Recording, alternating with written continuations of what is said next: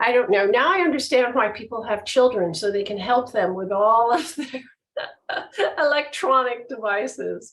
I'm like, now is when I really need teenagers in order to do this correctly. Okay, if someone comes on, I will bring them in. Meanwhile, I thought I'd start out with the orange exercise, and all of you may possibly have seen it before, but I'd like to just review it because it is integral and very important to understanding what concentration is and quieting the mind. Also, I will add that when I entered the Holy Order of Man's back in the day, back in the 70s, long time ago, you were handed an orange and for concentration exercises, besides having communion every day, you were also handed an orange so you could work on your concentration. And you were handed the Golden Dawn book, not Golden Dawn, the tree,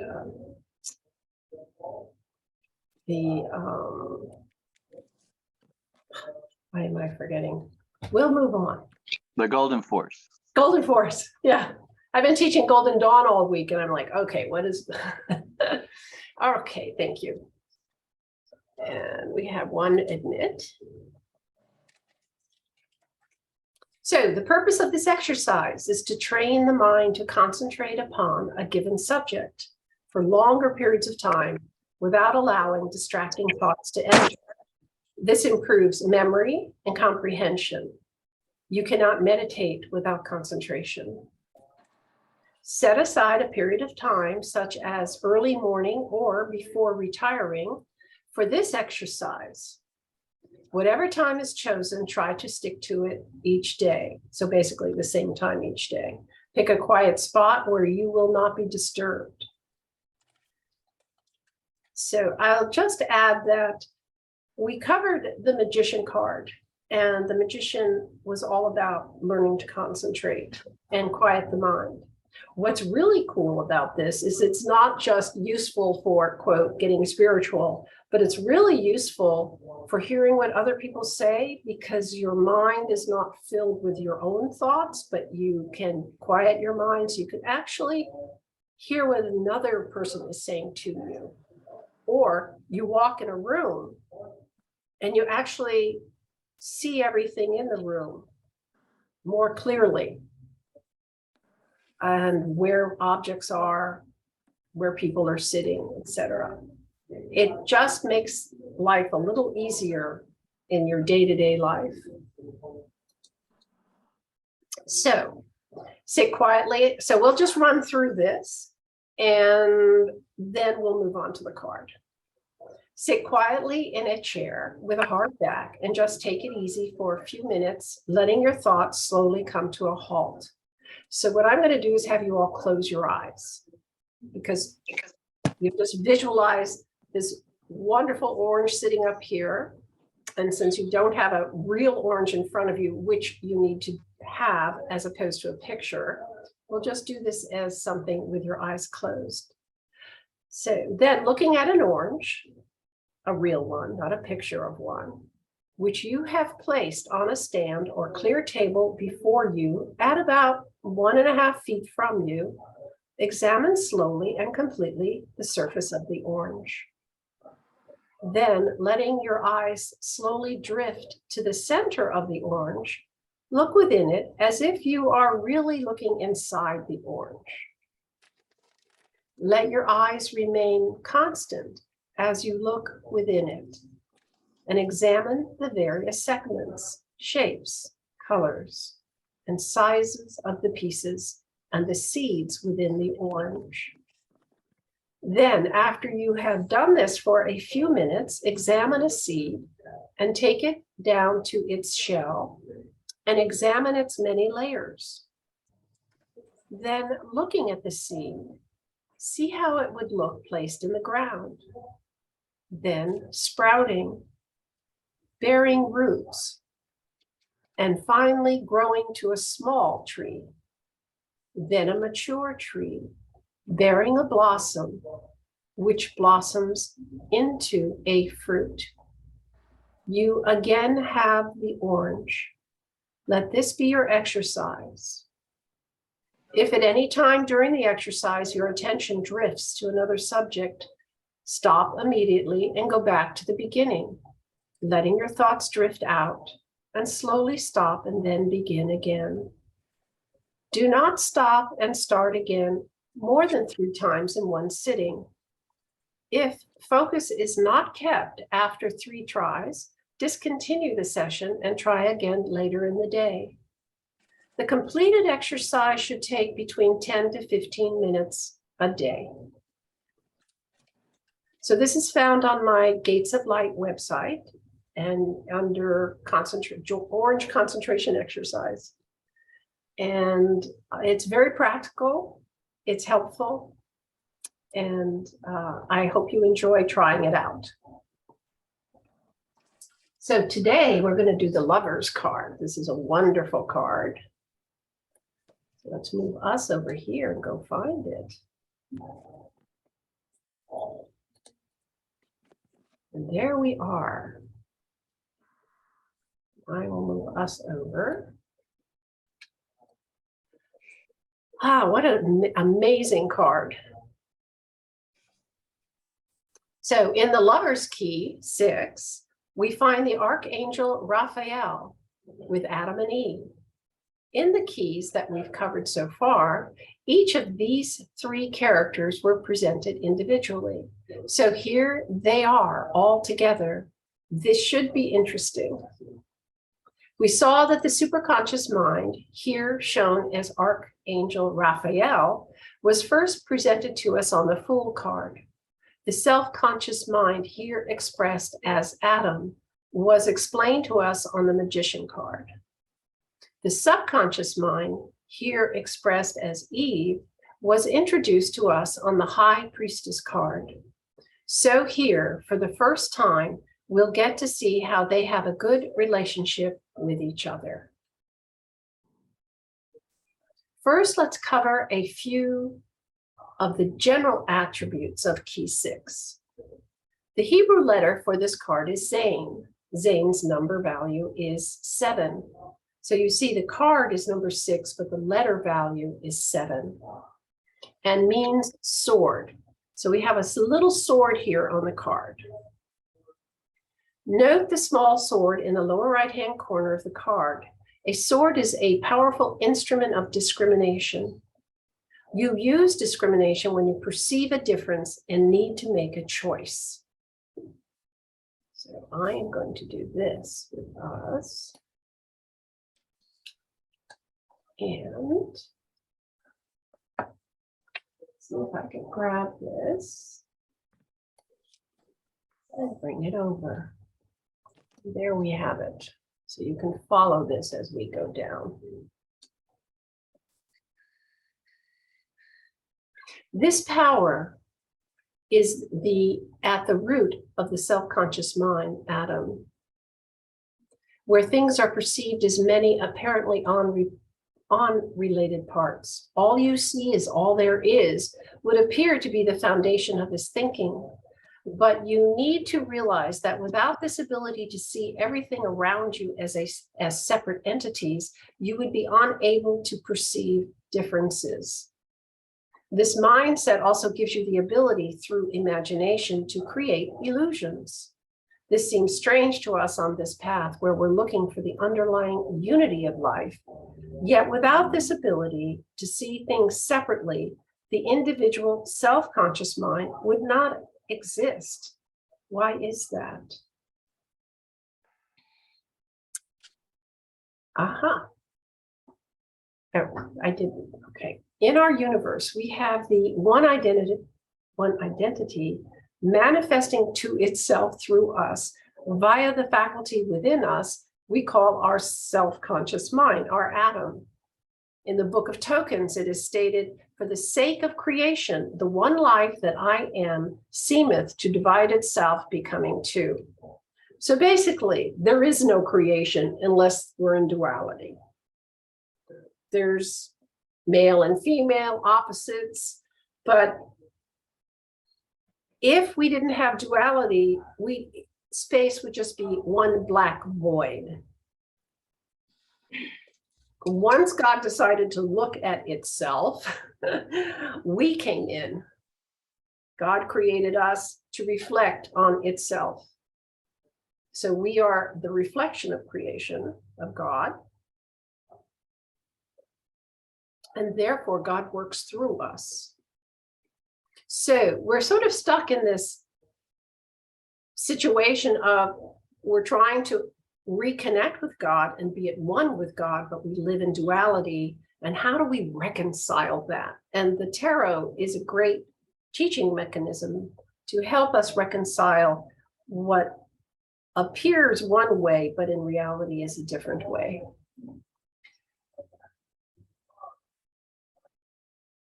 To continue with our basic description of this card, Mercury is the ruling planet and Gemini is its sign.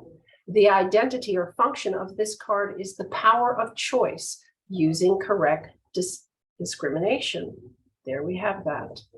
What is real and what is unreal? Appearances keep us in a world of unreality. The only way we perceive is through our physical senses. So how do we wake up?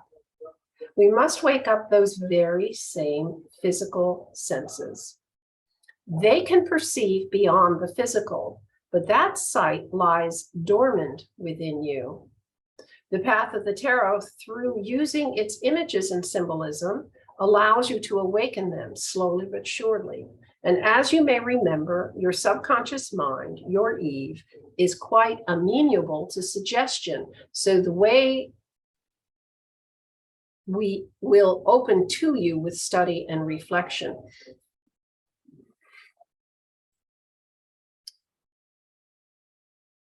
We saw the high priestess, and then we saw the empress. And the empress was ready to deliver everything to us that we would ever wish or desire. We perceive through our physical senses, but we have sight that is dormant so that we can see without our physical eyes.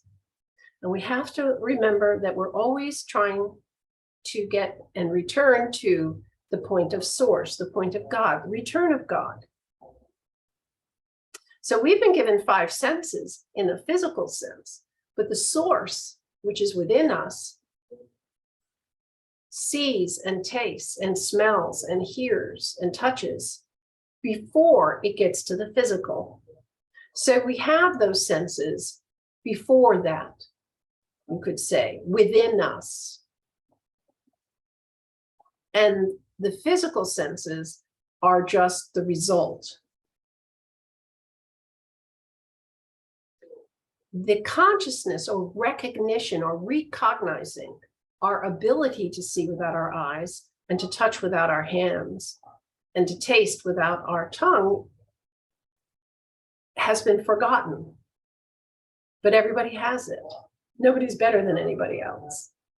And nobody knows more than anyone else. It's just we've forgotten. So the idea of the tarot is to remind us who we really are, that we are sons of God, and that we can see and use our physical senses at a higher rate of vibration and open them up, which is exciting, but you also have to be careful on that path. So we use the subconscious mind, our delivery system, which works really well anytime we ask it to do something, to start creating a world in which we live so that we awaken those senses. Now, we've all gone to school and been raised by parents and been taught how to get around on the planet Earth, or how to be here, be good citizens in our country, to have manners, to be polite, work with each other. But no one's come up with, in a detailed fashion, as to how to open up these inner non-physical senses, these sort of pre-senses. The tarot has come up with that. And it's been around a very long time, for thousands of years. Finally got put in a deck of cards so people could study it more easily and replicate it.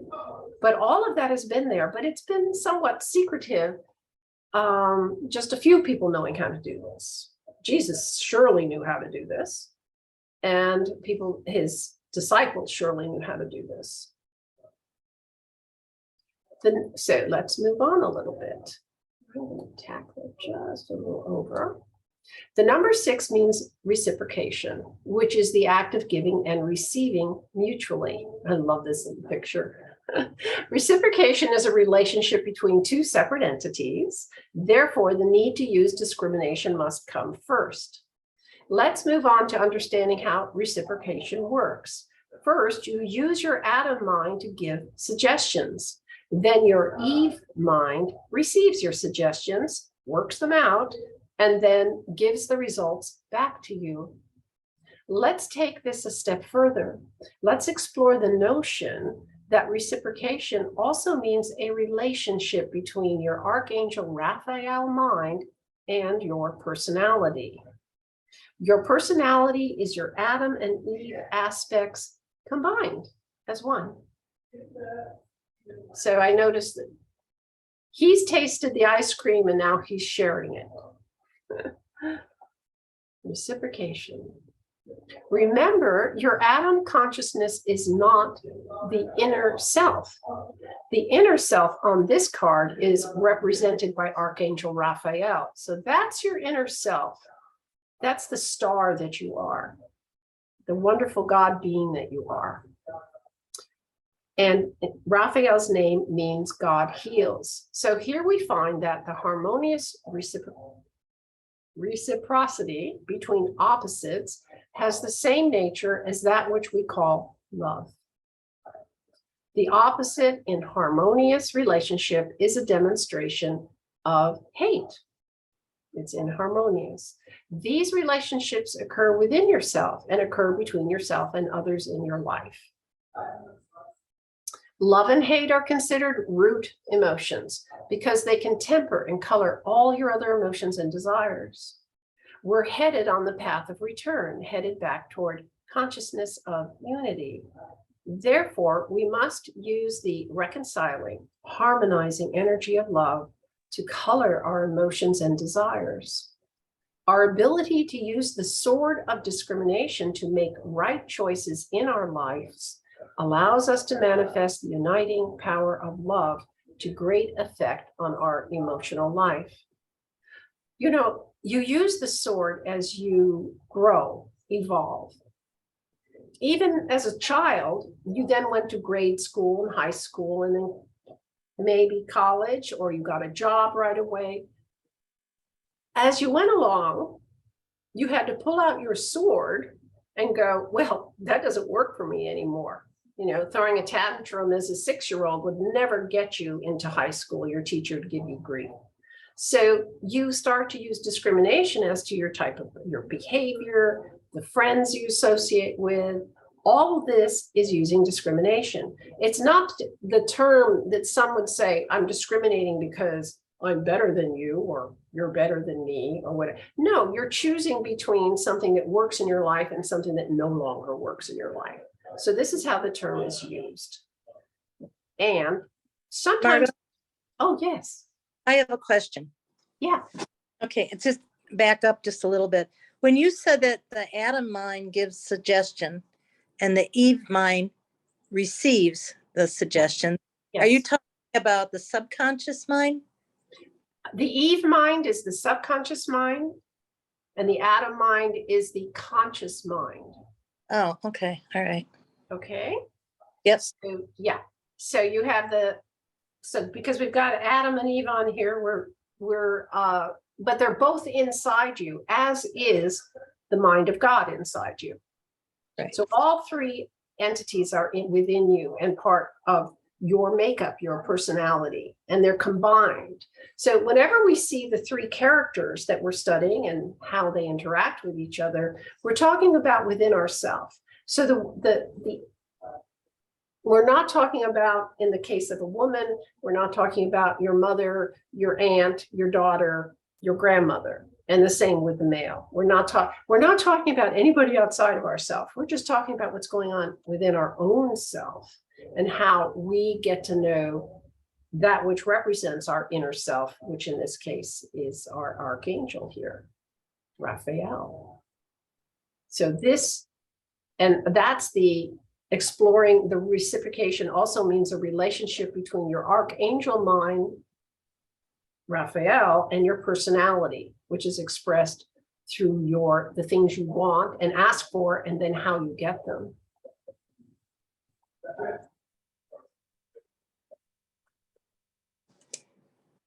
So here I'm saying we must use the reconciling, harmonizing energy of love to color our emotions and desires. Our ability to use the sort of discrimination to make right choices in our lives allows us to manifest the uniting power of love to great effect on our emotional life. You're always going to come across things that are annoying or too much, or you don't want to be anymore. You start to change throughout life. You go from a child who's, fed and clothed and everything's taken care of, and then you grow up and now you've got girlfriends and boyfriends that are, in high school. So you're constantly having to make choices. So as an adult in your early 20s, you don't want to be that child who was 4 years old in the grocery store, lying on its back with its feet kicking in the air, throwing a tantrum. You have moved beyond that point. You just have. Some people don't. They throw tantrums still when they're adults. But then a lot of people don't like to be around that, so they don't have a whole lot of friends. So people then choose, well, I want more friends. Okay, I'll change the way I act, and it works. So that is the harmonizing energy of love to color our emotions and desires. It just works better in the long run.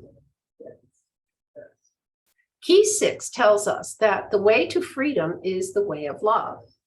Friendly persuasion is the key to discovering that love is unconditional and self-imparting, like sunlight. It's not a trade-off. It is self-imparting. It would be the love of a parent for their child. It's just, you have that experience, the love of a child for its parent. It's just self-imparting, unconditional. I'm there for you no matter what. You get old and canoogly, and I'm there for you. It's like, that's what you want. Love is a universal principle, but we must learn how to let it flow through us, to let it be. Note the ground that Adam and Eve are standing on is green. As you may remember, green represents the harmony of nature and the planet Venus and love. So they're the foundation here. There's not a cube. They're not sitting on a square of rock, but they are standing on, and their foundation is implied by Venus and the Empress card. Everything on that card is green. The title of this card reminds us that pairs of opposites can be complementary and not antagonistic. When you arrive at a correct understanding of the universe as an expression of the power of love, you gain the ability to create a balanced relationship within yourself and with those in your life. The astrological attribution of Key 6 is Gemini. Note the symbol in the lower right-hand corner of the card. So there's a little tiny Gemini sign right down there. This brings out the possibility that opposites are different aspects of the same thing because they're connected at the top and the bottom. Heat and cold are different degrees of temperature. Past and future are different aspects of time. The Kabbalion states, quote, everything is dual. Everything has poles. Everything has its pair of opposites. Like and dislike are the same. Opposites are identical in nature, but different in degree. Extremes meet.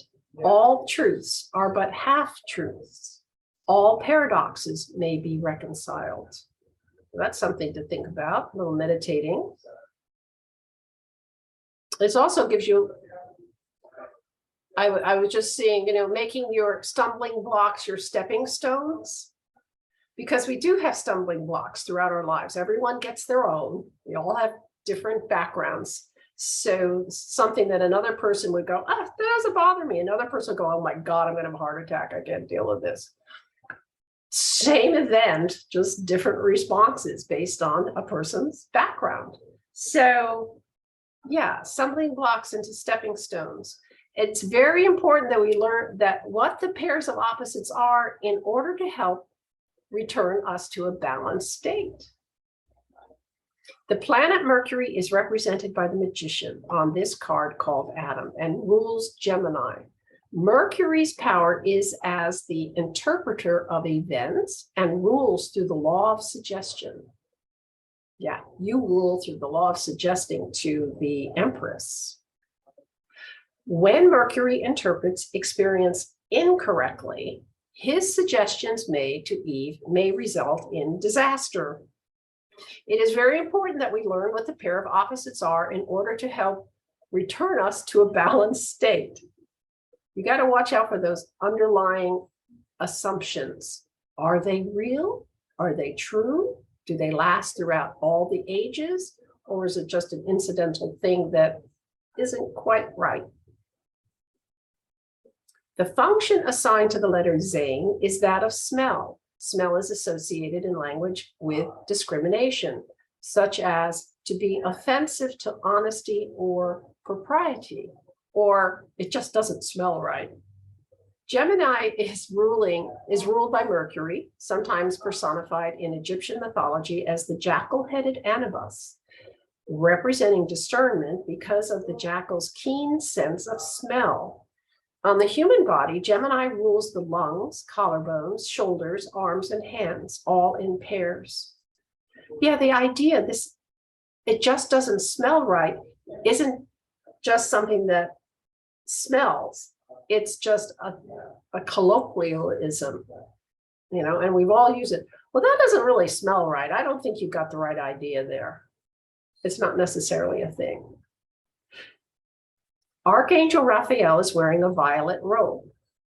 The color, an indicator of spiritual power and truth. Behind the archangel is a massive golden sun, the source of life and energy on earth. The angel's yellow skin refers to the element air and the sign Gemini. So we keep having air in Gemini here. The element air, which symbolizes man in the book of formation, is the reconciling element between fire and water. The flames of Raphael's hair are a blend of red for reason, green for imagination, and yellow for light. The tiara of golden feathers crowning his head repeat our focus or attention upon the sun. So you have his hair is reason, imagination, and light. You need to turn the light on to see where you're going, and you need an imagination sometimes to get you out of the fix you're in. Imagination is really necessary. You have to get an idea that there might be something better. There's another way to be. So you have to start with imagination. The blue sky reminds us of the High Priestess key, which symbolizes water, memory, receptivity, and reflection. The watery clouds in the world of appearance hide from our sight the archangel, our inner self. So there are the clouds hiding. When this illusion of appearance is removed, we'll be able to see Raphael and the sun. The mountain stands for the great work. Through evolution, over time, at some point, in another life, or possibly this one, we'll make it to the top of the mountain. If you choose to participate in your own evolution and help move it along, the tarot will provide you with guideposts. Illumination is hidden behind all of the distractions and wonderful entertainment. They're just fine and very enjoyable, but don't confuse them with reality. Yeah, life is great. Just keep your eyes open. The Kabbalah's central theme is contained in beauty. Just look at the tree of life diagram. All paths lead to the central sphere or light emanation called beauty. Let's see if I can drag that over and you can look at it. So there you have it. Beauty is right there in the middle. It's interesting. All the paths go to it. And going right up the center.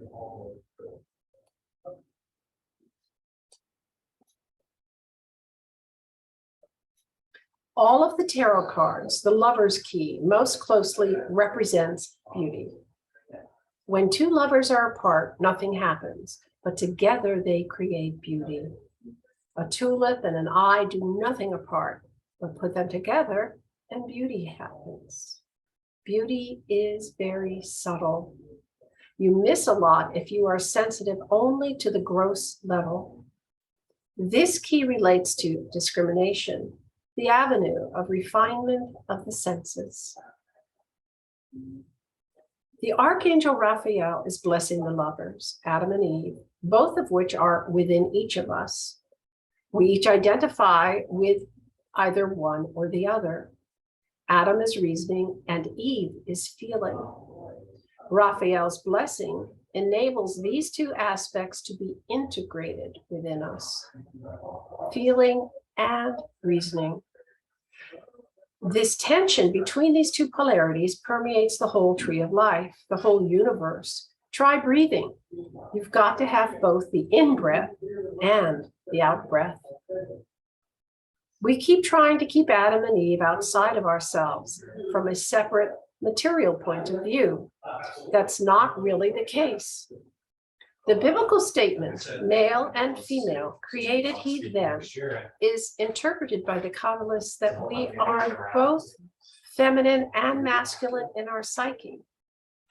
Key 6 displays the activity needed for producing good and helpful results between the various parts of yourself. In other words, our main source of inspiration and guidance is found within us. So you really have to imagine that these three parts at all times, at all your relationships, and every time that you're either quiet or with friends, and you're always learning how to combine these relationships. We've all heard the story of Adam and Eve. Let's take a look at that. Behind Adam is a tree bearing 12 fiery fruits. These are symbols for the signs of the zodiac, and each flame is triple because astrologers subdivide every sign into 3 parts.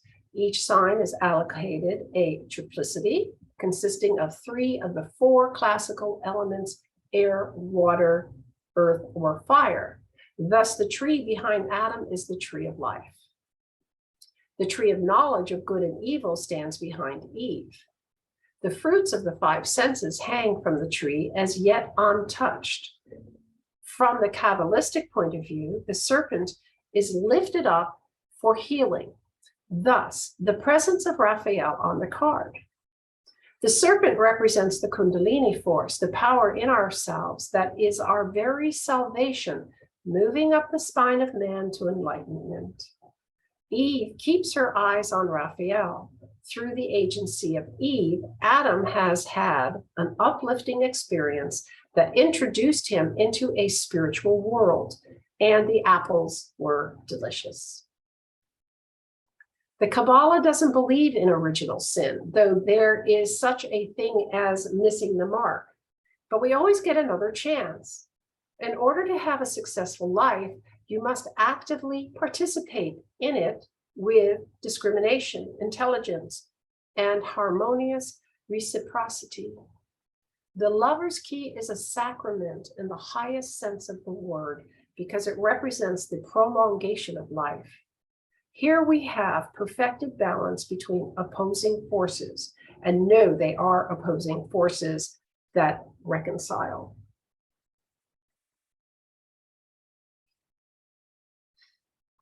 We hope to evolve, and we hope to evolve through spirit, but we must never forget that we have to explore it, but also express it in the physical. There is no separation between the physical and the spiritual. So that the beauty of the physical is also the beauty of the spiritual. And each one of you has to use discrimination, intelligence, and be harmoniously reciprocal within yourself and outside of yourself, with your family, friends, people you work with. Always keep an eye open as to how to make things easier for your life and for others. So, any questions on the Lover's Key? And when we talk about the Kundalini force, that is the 7 in the East, they're called chakras. In the West, they're called metals like gold and iron and silver and quicksilver. But they are just parts. They are nervous in our bodies. They're nervous centers like ganglia. And there's the pineal and pituitary glands, the throat, the heart. And so there are these 7 points within our body as this particular consciousness that we're trying to develop within ourselves, of an awareness not only of God within ourselves, but God in everybody else. Because if you walk down the street, a person wouldn't exist unless they had a star within them beaming it the same as yours. And you are bringing all of this together in your life and realizing the beauty of everyone and within yourself through bringing these things together. And the Kundalini is, as it moves up, more of your senses that are before the physical body start to activate. You start to hear without your ears, smell without your nose. These are all of our parts of our inheritance. And it's a very slow process. But as you place your attention on something, God loves to teach you. If you are looking at Jesus, if you are looking at if you're looking at any of the great saints, they all will teach you, but it's really God through them teaching you. You have to remember that. We don't worship people, but we worship our Creator. So let's see if I'll move this. Okay. Grab it. Doesn't want to move. There we go. So we're now about to go to the last card in the Tarot Tableau, Key 7, the Chariot. And the Chariot is in essence a summary of all the cards that we've looked at so far in this column, in this row. And they're the head of various columns, which we'll start to talk about. But the Charioteer is the summary of everything that's gone on before that we've learned about. So let's explore that.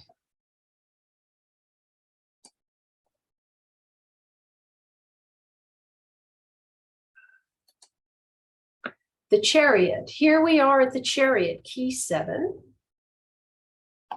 And last key on the first row of the Tarot Tableau. It symbolizes a summary of all of the keys that have gone before on the first row. It's a favorite card of mine, and I call it the victory card. Here is the Charioteer, your inner self in charge of your life. In the Upanishads, part of the secret teachings of India's most ancient scriptures, you are considered already victorious in the game of life. So let's find out what that means. Let's explore the card. I will bring one over in just a sec. Our inner self is eternally victorious. On the front of the Chariot is a shield, your protection for this journey, made up of the Indian Liga Boni below, which is a symbol of the perfect union of opposites. What is this? Positive and negative forces and the generating power of the universe. Above the Ligam Yoni is a blue-winged golden globe symbolizing the most powerful god in ancient Egypt, the sun god Ra. I will bring him over so we can look at him. An essential feature of this key is that it represents the middle way, not the extremes of right or left depicted by the two lovely sphinxes down here. The way of the inner self is in the middle, the place of mastery on the tree of life.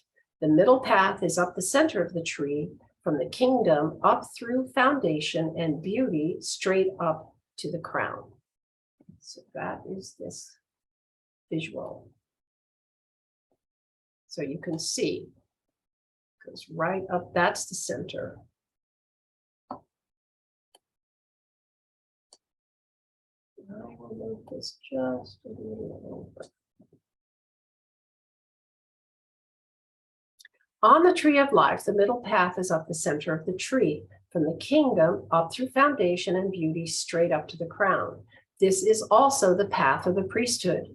Yet, in order for you to understand and follow the middle path, you need to realize that there's no separation between you and your inner self. And you'll need to create confidence about that awareness through experience. Yeah, you just can't think about it, argue about it. You actually have to experience it, which of course then cements it into your life and the way you respond to life, which is really nice because lining yourself up with the will of God is really a great experience. We are not God, but we are made in his image. It is the spirit or self in each of us that makes our lives interesting to ourselves and to each other. The self is the charioteer, the triumphant rider in the vehicle of personality. This tarot image is a mirror of yourself. How is the chariot a summary of all of the keys in the first row? The magician is our self-conscious directive power, the doer, you would say. The high priestess represents the memory of all that has gone on before, the all-inclusive aspect of the subconscious mind. The empress signifies the power of active imagination seated in the subconscious mind.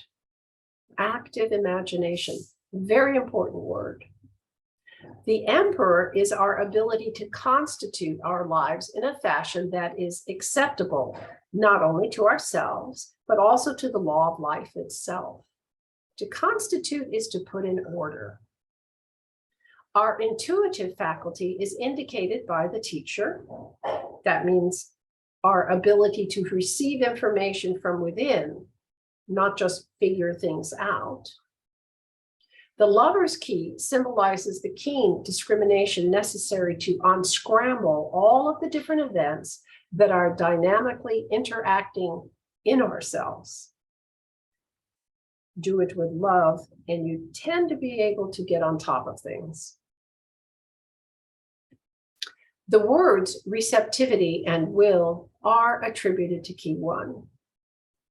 Receptivity was suggested by the magician's gesture. He holds the hollow wand up in his right hand, signifying that our support comes from within. Key 7 is the reward for the magician's mental efforts. The tarot looks upon the use of will as being an impersonal faculty. It is a living, motivating power behind the entire universe, which means that every person can access it on an equal basis, but it's not a possession. We use this power based on our ability, which we have to develop. Developing your willpower. Let's discuss the numbers, colors, and symbols on key 7. that express receptivity and willpower. The number 7 symbolizes equilibrium, which is the concrete application of the laws of symmetry, balance, and reciprocation. By extension, it means mastery, poise, rest, conquest, peace, safety, and victory. These are the attributes that need to be developed in our personality. Just a reminder: mastery, poise, rest, conquest, peace, safety, and victory. A tall order, things to work on. The meaning of the Hebrew letter Chet is fenced field or enclosure. Notice a very small fence in the lower right-hand corner of the card. There's a little tiny fence here on the green. In man, the field is his personality. The preparation of your personality is from your inner self. So this implies that the personality can be cultivated, worked on, repaired where necessary. Yeah, things didn't work out today as I expected. I shouldn't have said what I did. Let me see. I have to fix a few things here. And through that task, it becomes the instrument of your spiritual progress. Maybe I'll be kinder today to people. Speech is a function of this key, in the sense of enclosing a thought with words, building a fence around it. Interesting. The yellow background indicates thought, which precedes speech. And then you put that thought, wrap a fence around it called a word, and express the thought. And if your words don't quite express the thought, then you try and clarify them. And sometimes a word you use is not used the same way as someone else. So you get a dictionary, you get it out, and you have a common denominator for what you're going to accept that word means. And if that expresses your thought, then you're able to get your thought across to another person. I found that every time we had a class in our order and people came to our classes, we would always have a dictionary on the table. So if someone said, well, I think it's da da da, and I don't know what you mean by that word, we'd all say, okay, let's look up the word and agree on that definition, and then let's see how that works with what we're talking about.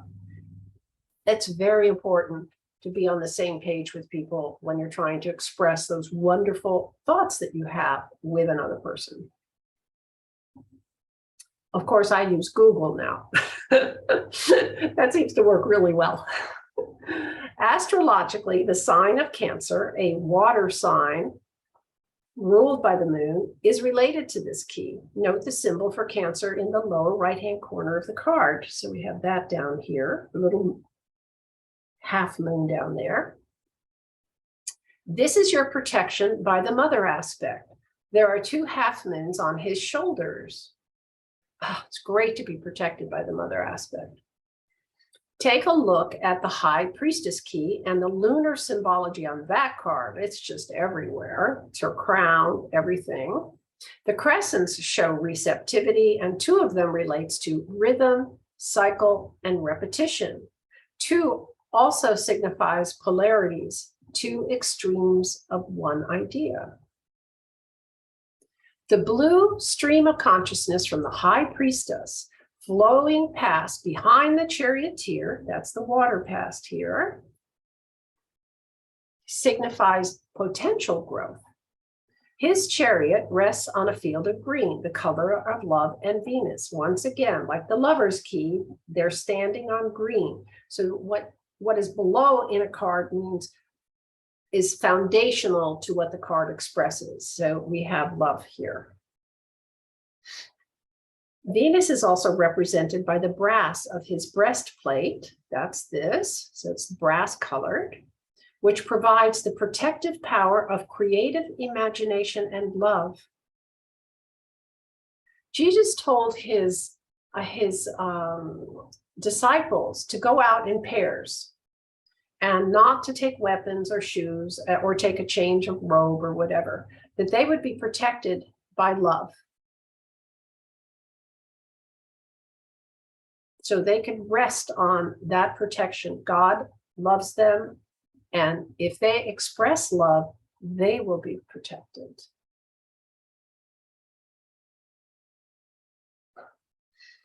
It's the only protection we have. The cypress trees in the background remind us of the Empress. Gold on his, so all those little trees, gold on his neckline and ornaments means he actively uses solar forces which come through the self. So he's actively using them. The one self guides its vehicle using invisible reins of mind control. So you see his hand here is holding the reins, but you don't see any reins. It's mind control. The stone chariot represents the physical body. The sphinxes symbolize the senses and the desire nature on the emotional level. I like is the white sphinx, and I don't like is the black sphinx. These polarized forces use the same energy in opposite directions. How to overcome this chaos created by our desires is the problem that's solved by this key. So if you study the key and you want to get rid of I like, I don't like, I like, I don't like, and the problems that causes you, you just want to check out this key more often. The charioteer's left hand is holding the invisible reins of mind. The mind and where you focus it is the means of controlling everything in your life. Good thing we did the orange exercise, because now we know how to focus our mind. Yes. And once you do that, you can get where you focus it and what you focus it on to speak to you, to explain to you, to talk to you. Because actually there's nothing but God. So you're actually having God talk to you. The orange will talk to you. That's why it's suggested you don't look at a photo of an orange, but you have a real orange in front of you. The mind and where you focus it is the means of controlling everything in your life. So if you're into control, this is definitely a good statement. If you're unconscious, this can be a disaster for you. Of course, we did mention that there's no such thing as unconscious, because everything is conscious in creation. God, nowhere is God unconscious. And the only time you might be unconscious if you drank too much and you fell over. That's your only time you get to be unconscious. But every cell in your body will be wide awake going, oh my God, how do we fix this? If you're unconscious, this can be a disaster for you. When your mind has its attention on and listening to the self, it knows what it wants and how to achieve it. You took lessons on how to drive a car. This is no different. In the beginning, the rewards are meager, but as you get the hang of it and hopefully pay attention, you find that your hearing, seeing, and other senses begin to wake up on a spiritual level. And it's always a surprise too when that happens. It's kind of cool. You know, it's not like, okay, we're going to flip the page and now all these things are active. No, they come up in the oddest times. The Charioteer's belt indicates time as a representation of the zodiac in a slanted circle of the ecliptic. His scepter combines a lunar crescent with a solar figure 8. Thus, his dominion results from a combined power from the sun and the moon. The Grail cup held by the dove of peace denotes his function of receptivity and the ability to use his will with complete confidence based on experience, including the gift of transmutation.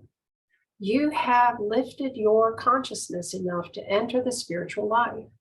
The gift of transmutation means you have the ability to change the nature or structure of a physical form or substance. So what does that make communion? All those Catholic priests doing communion, doing the transmutation, using their word, using their connection with creation, with God. I call it Holy Grail 101. We all have this ability. Every person. Go to the grocery store, look around who's shopping there, and they all have this ability. No one's better or worse than anyone. But you have to lift your consciousness to enter the spiritual life. The gift of transmutation means not only do you declare the bread and the wine or the body and blood of Christ, but you can place your hands on yourself and declare your perfect body and heal everything that Jesus taught us. He said, you can do this and greater. But it's a chore. You have to get with the program to do it. And if you get with the program, guess what? Your subconscious mind, because you have your focus on this, will start to deliver everything you need to learn more. So it's not an uphill battle. It's not that you have to figure things out. You just have to be discriminating and put your mind on things that are positive and loving. The Charioteer's body is in a cube that represents the physical universe. His head is in the upper part, in the cosmos where it belongs. His canopy of stars indicates the presence of the high priestess. 4 pillars support this canopy, each ringed with the spirit in the form of the 4 elements. His crown has 3 golden pentagrams, signifying his mental dominion over natural forces.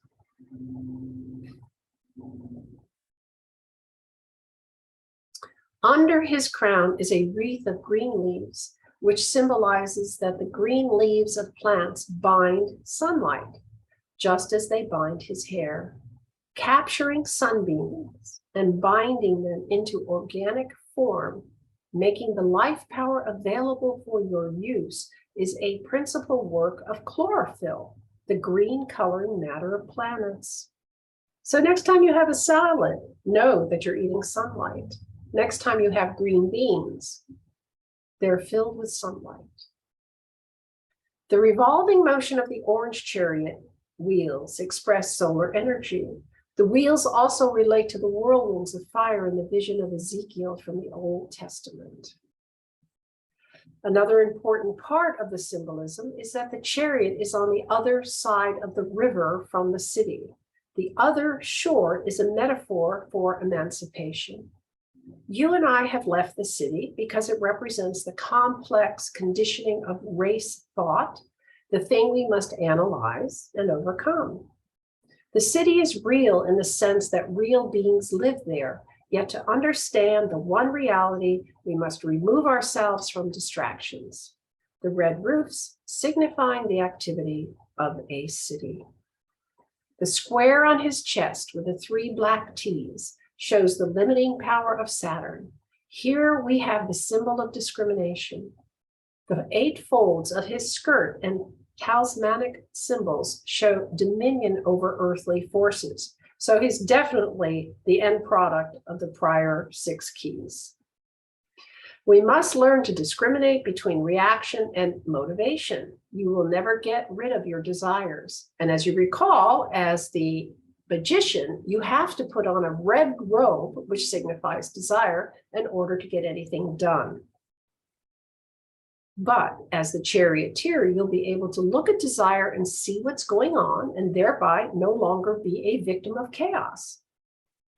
Karma is desire nature reacting to what's in your limitless memory bank over and over and over again. Here, life has the ability to reflect upon itself, and wisdom becomes our salvation. Hallelujah.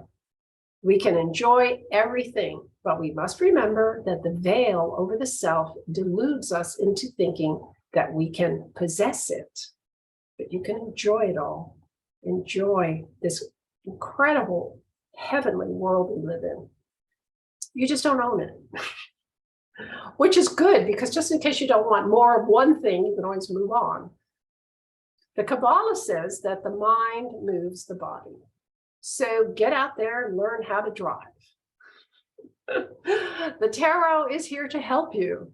The scepter, your symbol of sovereignty, is a combination of the crescent moon and a figure 8, a sun symbol. So the sun and the moon. The number 8 signifies balance, which means that it is the number of balancing both the material and spiritual aspects of your experience. When the subconscious mind, moon, the means of achieving everything, is teamed up with the higher aspect of the self-conscious mind, sun, you'll be able to see where you're going and how to get there. The Bhagavad Gita says, the self is the rider in the chariot of the body, of which the senses are the horses and the mind the reins. So you have Arjuna and Krishna there.